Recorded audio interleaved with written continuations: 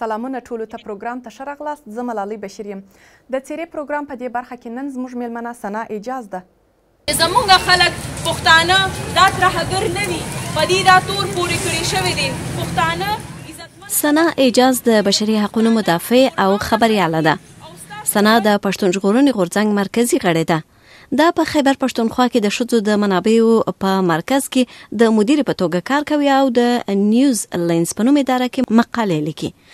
د دې د کار تمرکز پر ځوانانو په ځانګړې توګه د سولې او پخلاینې په برخه کې د ښځو پر رول دی. ثنا بېلابېلو رسنیو ته لیکل هم کوي او د پښتونخوا راډیو مخکینی ویانده ده. دا همدارس د پالیسي جوړولو په برخه کې او د سختې رضۍ په مخنیوي کې د ښځو پر رول تمرکز کوي. دا د پښتون عدم تشدد مدني ټولنې د مرکزی کمیټې غړې ده او همدارس د جمعې د حلقې په نوم د پراخو بحثونو د یو مرکز له جوړونکو څخه ده. نن له ثنا اعجاز سره خبرې کوو.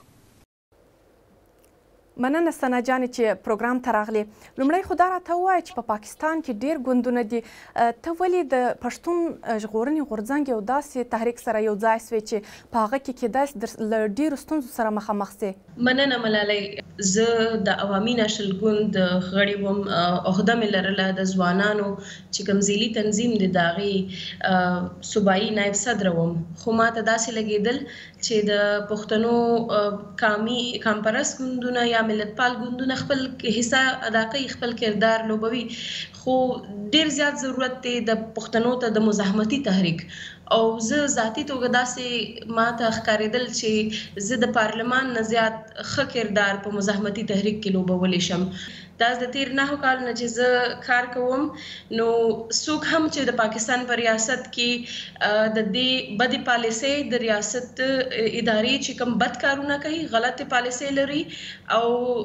د ژوندونو ته چې یا په خصوصي توګه د پښتنو ژوند ته نه زیان رسي چې په هغې باندې سوال پورته کوي، نو د هغې مخې ته داسې قسم مسلې، داسې قسم خنډان، داسې قسم ستونزې مطلب راتلل یو عمومي خبره ده. او یو خبره شوې ده چې لږ زیاتې پکې اوس راغلی دی. تاسو خپله وویل چې له ستونزو سره مخامخ سوي یاست. آیا یو وخت ستړی کېږئ د دې هر څه څخه؟ فکر کوئ چې نور بس دی؟ نه، ستړی کېږم نه، او لږ کله کله هسې زړه مې خفه شي. په هغه زړه خفه کېدلم په دې نه چې یا اف آی آر یې شوي دي، زه تاڼو ته تللی یم، خپل هر څه نه تېره شوې یم، د ژوند ته د زیان رسولو دړکې د دې هر څه نه تېره یم. خو چې کوم زیات تکلیف راکوي هغه چې کومو پښتنو دپاره مونږ اواز پورته کوو، هماغه پښتانه چې کله ستا کردارکشي کوي، ستا پسې راټې سپورې وایي، نو هغه تکلیف راکوي. نور یره خو بالکل نه محسوسوم، شکر دی، او نه د دې همت بیلم او نه حوصله، ځکه چې ما ته دا خبرې اندازه شته چې داسې قسمه کار کې د حق د پاره आवाज پورته کولو کې ډېرې حوصلې د ډېر همت ضرورت وي. د پښتون ژغورنې غورځنګ یو ګوند نه دی، په دې کې بېلابېل کسان دي او د بېلابېلو نظریاتو کسان دي. نو دا تاسو څنګه سره تنظیموئ د دې تحریک یا د دې غورځنګ دننه د خپل کار او د تنظیم په اړه یو څه راته ووایه؟ زمونږ د ټولو خلک چې کوم دلته دي، که هغه د ملتپال ګوندونو سره تعلق لري، که هغه د مذهبي ګوندونو سره تعلق لري، د ټولو یو واحد مقصد دی د پښتنو حقوق دپاره اواز پورته کول. زمونږ دا غټ مرام دی او د دې غټ مرام دپاره مونږ خپل وړې نظریاتي اختلافات، وړې خبرې چې دي هغې باندې اکثر خپې کېدو، خو خپل دا یو واحد دغه چې دې تمکار ویلي. بل دا ټول نه مهمه خبره دا ده ملالۍ چې تاسو وختي م تپوس وکړو، د پښتنو ښځو ډېر اهمیت دی چې د باچا خان په 1928 کې 200 ښځې د هغه په یو مجلس کې وي او نن موږ 10 ښځې نشو راغونډولې، نو دا ډېره غټه المیه. بل د پښتون قام خبره چې کېږي، د هغې د ژغورنې خبره چې کېږي، نو د پښتنه ښځه ترې نه موږ نشو بیالولی. خو تاسو څنګه خبره وکړه، دلته بېلابېل خلک دي، مختلف نظریې لري، هغې کې ځان ته ځای پیدا کول کول پاغې کې د پښتنو سره یو ځای اوږه په اوږه ودرېدل او نه صرف د شمولیت تر حده پورې بلکې فیصله سازۍ پورې خپل اواز پورته کول ځکه چې زه دومره ستونزې ته سره مخ کېږم نو زه دا غواړم چې زه د فیصله سازۍ حصه هم شم. یو انتقاد دا هم دی چې په دغه غونډو کې لکه تاسو په خپله یادونه وکړه چې ښځې کمې دي خو انتقاد دا کېږي چې د پښتون ژغورنې غورځنګ مشران چې دي د کور ښځې نه وي په دغو غونډو کې او تاسو هم مخکې دا خبره کړې ده چې دا ستونزه شته نو په دې اړه تاسو شخصا څه کار کړی دی؟ مونږ ملالۍ کوشش کړی دی چې هر مشر ته ټولو ته خواست کړی دی او زموږ د ډیرو مشرانو ښځې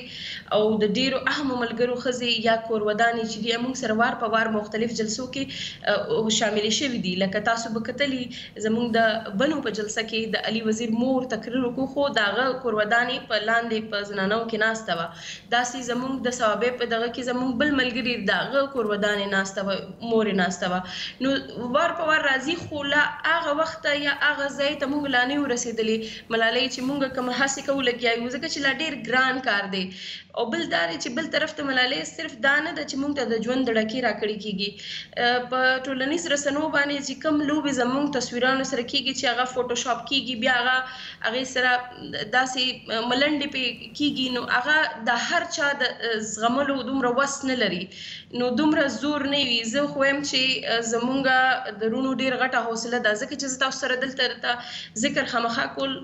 غواړم چې در دې حده پورې چې د ریاستي ادارو زموږ تصویران چې کوم ایډیټ شوي دي په ټولنیز رسنو خپاره شوي دي هم د دې خپلو خلکو کړي دي او ویډیوګانې را جوړ کړي دي زما رونو ته لیږلي دي زموږ د نورو مېرمنو رونو ته لیږلي دي نو دا حده پورې چې کېږي نو دې ته لا دومره پښتانه نه دي تیار چې دې حده پورې بیا برداشت کړي ځکه چې زما ذاتي دا خیال دی چې یو طرف ته د ژوند دړکې دي بل طرف ته د کردار کشۍ او د داسې قسمه حربو دغه دي دا دواړه چې را یو ځای کې نو دې کې پښتانه د دویم طبیعت تیار نه لږ لږ ورته ګران ښکاري او بل دا دی چې دا په سیاسي توګه دا ځکه ووایم چې څو لسیزو داسې پښتانه اوده یا د سیاسي توګه د سیاسي روزنه د هغې ودرولې شوې وه یا پاتې کړې شوې وه. ډېر په مشکله د باچا خان د عدم تشدد د تحریک نه پس د پښتون ژغورنې غورځنګ په دغه کې یو هڅه وشوه چې پښتانه دوباره سیاسي توګه راویښېږي نو دا د څو لسیزو دا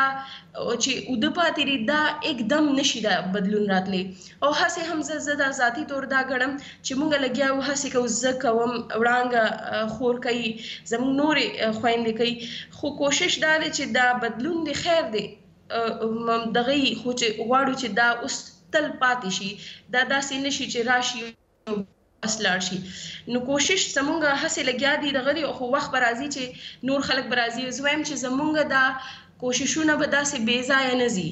دا هسې به بې ځایه نه ځي دا به لارې ازادۍ نورو مېرمنو ته نورو پښتنو مېرمنو ته چې هغې هم اوږه په اوږه خپلو وروڼو سره ودرېږي او د خپل حق اواز پورته کول او د دې چابر ریاست